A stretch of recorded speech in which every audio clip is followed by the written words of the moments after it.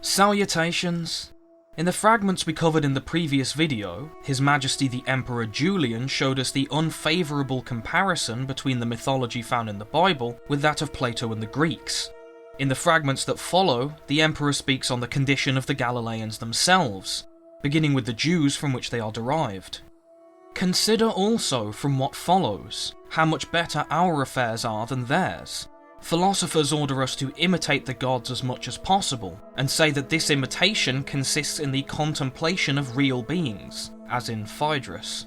Indeed, that this is without passion, and consists in contemplation is evident, though I should not assert it, because insofar as being impassive, applying ourselves to the contemplation of true being, in that far we become assimilated to divinity. But what is the imitation of God with the Hebrews? Anger and rage and savage zeal. And he said unto them, Thus saith Yahweh, God of Israel, Put every man his sword by his side, and go in and out from gate to gate throughout the camp, and slay every man his brother, and every man his companion, and every man his neighbour.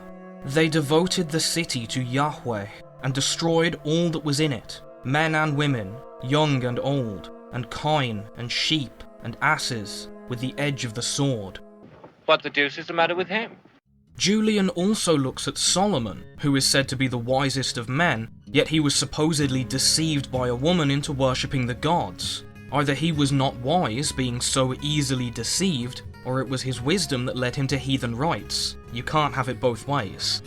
See, however, whether divinity has not given to us those of whom you are ignorant, gods and good prefects, not at all inferior to him who was worshipped from the beginning by the Hebrews, as the presiding deity of Judea, of which alone he was allotted guardian care, as Moses says, and those who succeeded him, as far as you. But if the God worshipped by the Hebrews is the proximate demiurge of the world, as we form better conceptions of him than they do, he has also bestowed upon us greater goods than upon them, both pertaining to the soul and externals, of which we shall shortly speak. He has also sent us legislators, in no respect inferior to Moses, but many far superior to him. Why is it that God allowed for the idolatrous Persians, Greeks, Hittites, Assyrians, Romans, Egyptians, Babylonians, Chinese and Indians to enjoy such vast wealth and power and all good things, and grant them amazing gifts of philosophy and high cultural attainment, and not once urge them towards his worship? This makes no sense. Julian then shows that divinity clearly favoured the heathens rather than the Hebrews. There are vast numbers of profoundly wise doctors, astronomers, architects and philosophers of the Greeks, Romans, Egyptians, Chaldeans and Assyrians, but who can name such a thinker among the ancient Hebrews before they became Hellenized? As a noted Haranian Sabian living under an Islamic caliphate put it, who else has civilized the world and built the cities, if not the nobles and kings of paganism? Who else has set in order the harbours and rivers? And who else has taught the hidden wisdom? To whom else has the deity revealed itself, given oracles, and told about the future, if not the famous men among the pagans? The pagans have made known all this. They have discovered the art of healing the soul. They have also made known the art of healing the body.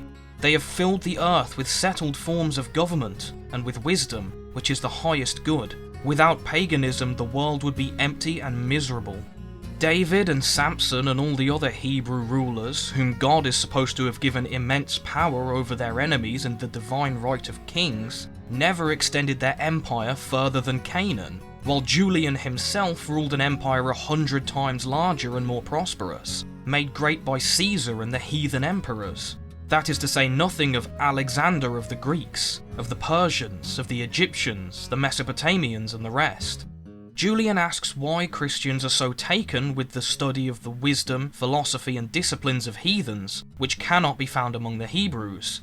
All the sciences and arts that are wonderful and useful come from the heathens, and the Christians take them for themselves and study them while simultaneously denouncing them as the products of diabolists. Why you boring me? I'm right! But as it appears to me, you well know the difference with respect to the acquisition of wisdom between our disciplines and yours. For from yours no man will become generous and worthy, but from ours every man will become better than himself, though he should be naturally in every respect inapt.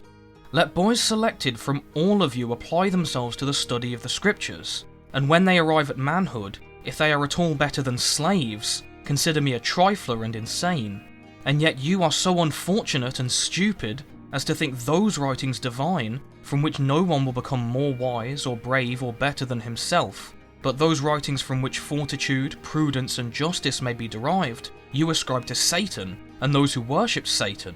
But Jesus, who made converts of the worst part of you, has been celebrated by you for little more than 300 years, and performed during the whole time that he lived no deed which deserves to be mentioned, unless anyone fancies that to cure the blind and the lame, and to exorcise those possessed by daimons, in the villages of Bethsaida and Bethania, rank among the greatest undertakings.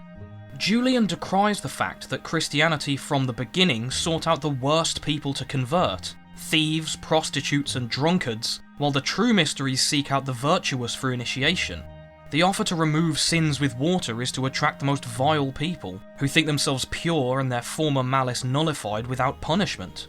For you do not take notice whether any mention is made by the Jews of holiness, but you emulate their rage and bitterness, overturning temples and altars, and cutting the throats not only of those who remain firm in paternal institutes, but also of those heretics who are equally erroneous with yourselves, and who do not lament a dead body in the same manner as you do. For neither Jesus nor Paul exhorted you to act in this manner, but the reason is that neither did they expect that you would ever arrive at the power which you have now obtained. For they were satisfied if they could deceive maidservants and slaves, and through these married women and men, such as Cornelius and Sergius, among whom if you can mention one that was at the time an illustrious character, believe that I am a liar in all things. The rest of the fragments deal with the divergence that the Christians have made away from the sacred traditions of the Jews, which Julian recognises as being closer to those of the heathens than to Christianity. First, we look at the scriptures themselves. For if God wished that no one should be adored but himself, why do you adore his Son, whom God never thought, nor will ever think to be his own? And this I can easily show, but you, I know not whence, ascribe to him a spurious son. Julian shows that there are no indications anywhere in the Torah of the coming of Christ. The prophecies such as in Ezekiel, Isaiah and Deuteronomy that Christians point to do not mention an incarnation of God, they do not mention a son of God, they all refer to human prophets who appear later in the Torah, or to the Jewish Messiah. The Messiah is a future human military leader of Israel, and there is no element of any prophecy regarding him that implies that he is meant to die, that he will remove sins, or that he is anything more than a normal human.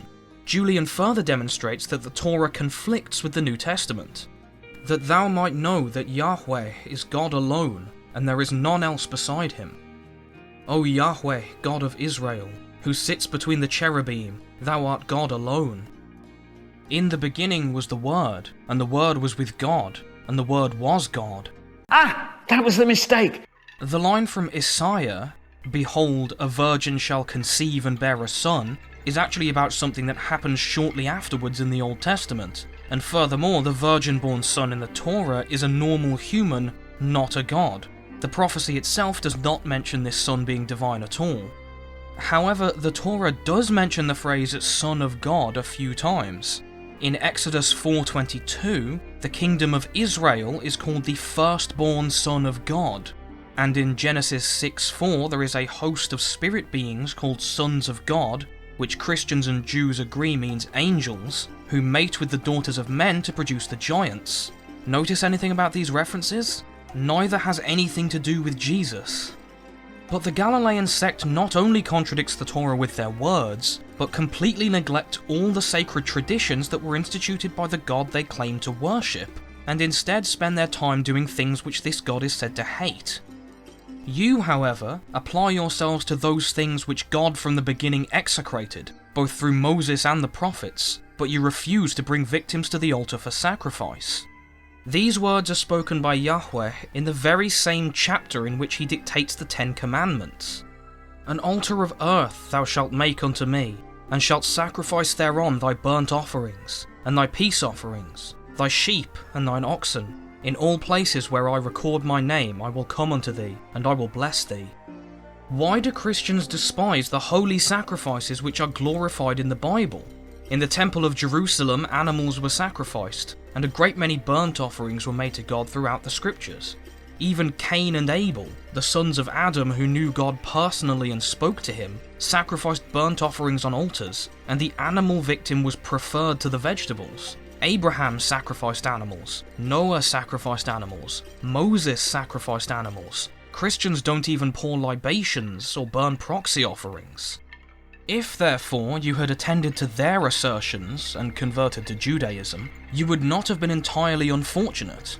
But though you would have been worse than you were with us, yet, at the same time, your endurance would have been light and tolerable, for you would have worshipped one God instead of many, and not a man as you do now, or rather many unfortunate men. You would also have used a law hard and rough, and having much of the rustic and barbaric, instead of our equitable and philanthropic laws. And in other things you would have been in a worse condition, but you would have been more holy and pure with respect to sacred traditions.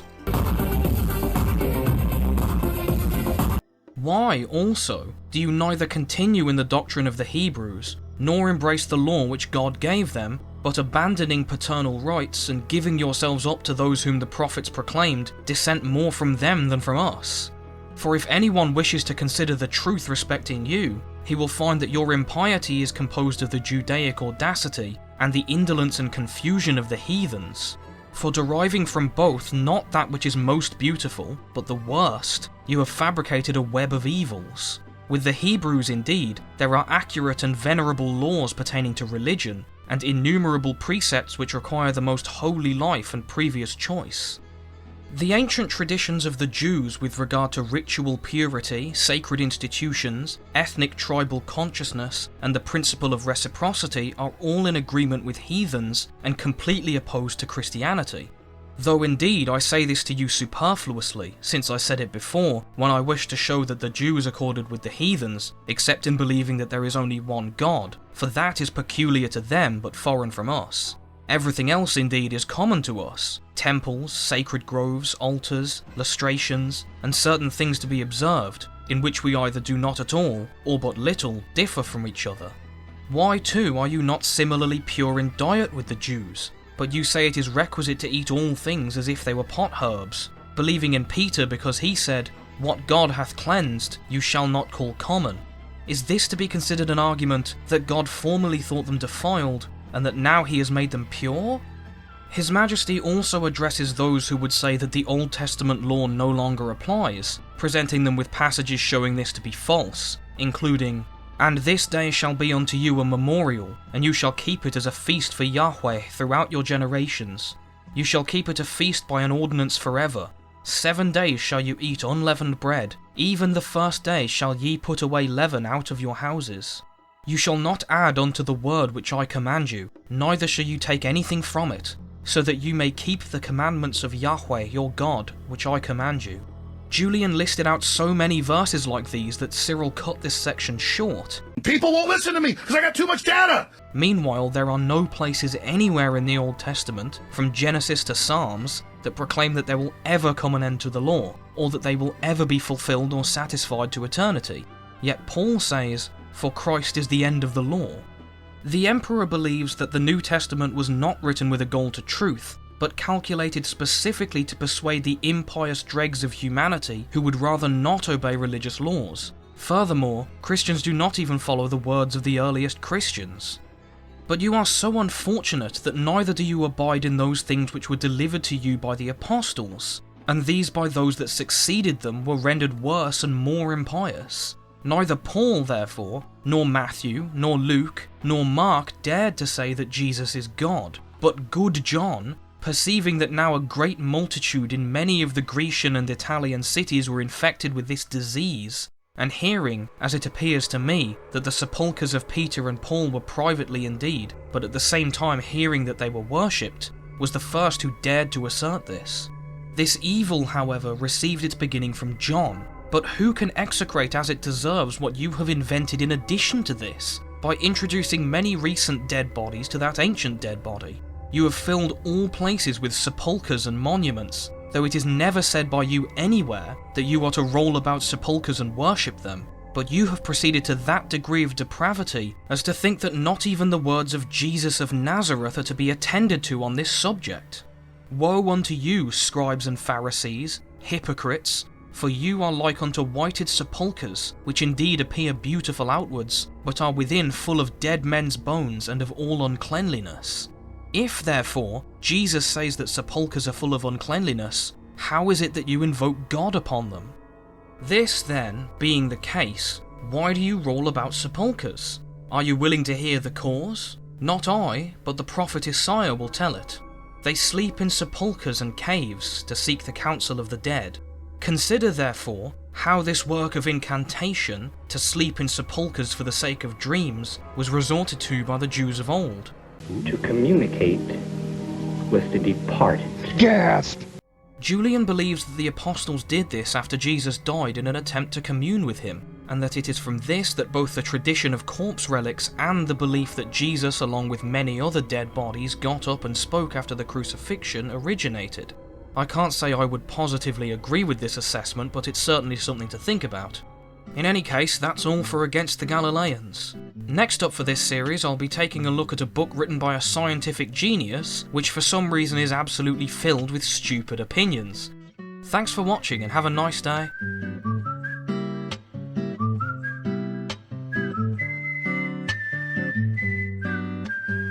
It was not cake, it was cringe, father.